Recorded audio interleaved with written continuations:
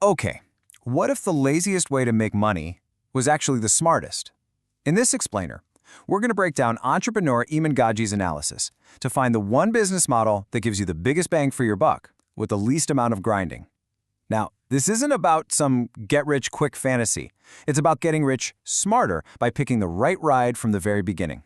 This quote from Warren Buffett, man, it is the absolute core of what we're talking about today. The idea is so simple, but it's incredibly powerful. Your success isn't just about how hard you work. The business model you pick, the boat you're in, that's way, way more important than how furiously you're rowing. You know, for years, we've been fed this line that the only reason we're not all millionaires is because we're not working hard enough. But come on, let's be real for a second. If that were true, wouldn't nurses, teachers, and construction workers be the wealthiest people on Earth? They work incredibly hard. The truth is, hard work is just one piece of a much bigger puzzle. So when we use the word lazy here, we're not talking about sitting on the couch doing nothing. Not at all. We're totally redefining it. In this context, lazy just means being strategic. It means searching for the business model that gives you the highest possible return on your investment of time and energy. It's about working smarter, not harder. So, to figure this out, without just, guessing, we need a system. We're going to use a 5-point framework to put some of the most popular online business models to the test and find the one that truly gives the most reward for the least amount of effort. All right, here are our 5 criteria. First up, upfront capital. How much cash do you actually need to get started? Second, scalability. Can you make more money without having to do a ton more work? Third, fulfillment. How much of a headache is it to actually deliver your product or service? Fourth, risk. What are the chances you're going to lose all your time and money? And finally, difficulty. How hard is this thing to learn? The perfect lazy business, well, it has to ace all 5. Okay, let the games begin. We're about to put 4 of the most hyped up online business models through our 5-point gauntlet. We're going to see how dropshipping, SMMA, software, and affiliate marketing really hold up when we look at the numbers. First on the chopping block, the one that everyone and their brother on YouTube talks about, dropshipping.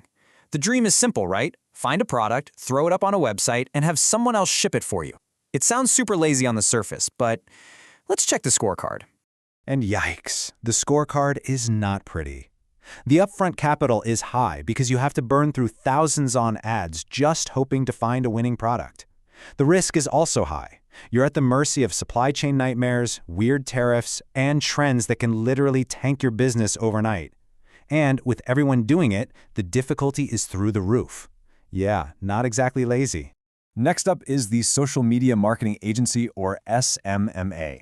This is where you run marketing for other businesses. Now, what's interesting is Gaji himself has said this is one of the best ways for beginners to start, but how does it score on our laziness scale? Okay, so the picture here is really interesting. The upfront capital and risk are super low, which is awesome. But here's the kicker. Scalability is also low. Since you're selling a service, every new client you get means more work for you. If you want to scale up, your workload just explodes. That is the exact opposite of what we're looking for. All right, let's talk about the big one, software. This is the model that creates billionaires. It's the dream of building the next Uber or the next Airbnb. The potential is literally infinite, but as you're about to see, it is a million miles away from being lazy. This scorecard is basically the definition of a non-lazy business. Upfront capital, you're looking at $250,000, minimum. The risk and difficulty are off the charts. You need serious coding skills, a ton of outside funding, and years of your life. This is a great model for a seasoned pro, but for a beginner looking for efficiency, no way. Let's move on to our 4th contender, affiliate marketing. This is where you promote other people's stuff and get a commission on the sales. And just to be clear, it's not really a standalone business model. It's more of a way to make money off an audience you already have. So the scores here look pretty decent at first glance, right? Low risk, low capital. But that moderate difficulty rating, it's hiding the real monster here. You need a huge audience for this to work. And growing a big following takes months, sometimes even years, of pumping out content day after day. That time investment is a massive, massive barrier. So where does that leave us? Dropshipping is way too risky. SMA doesn't scale without killing you with work. Software is like trying to climb Mount Everest in your flip-flops. And affiliate marketing takes forever. So what's left? Is there a model that actually aces our test?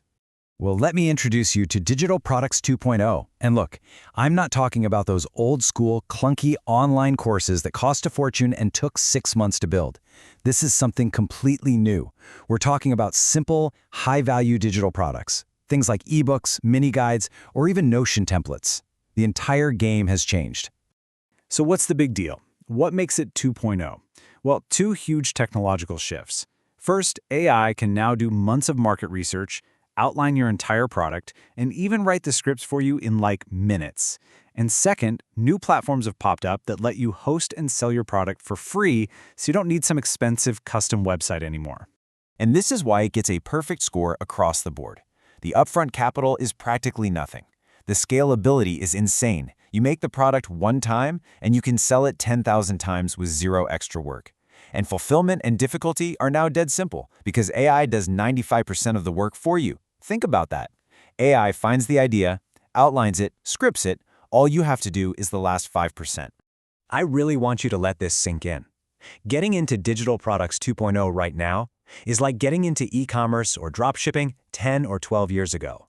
Right when Shopify first came out and made it easy for everybody, the competition is incredibly low right now, and the opportunity for people who get in early is just massive.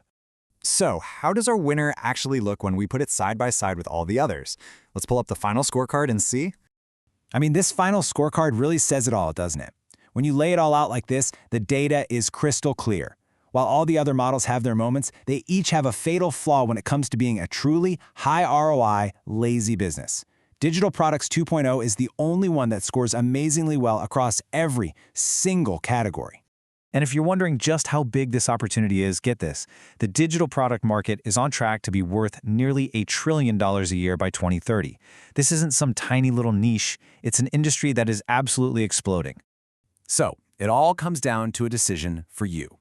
According to this analysis, the opportunity is right here, right now, before everybody else figures it out. The choice is pretty simple. Are you going to get in early and get yourself a real slice of that $1 trillion cake, or are you going to wait and fight over the crumbs later? The boat's at the dock. The only question is whether you're going to get in.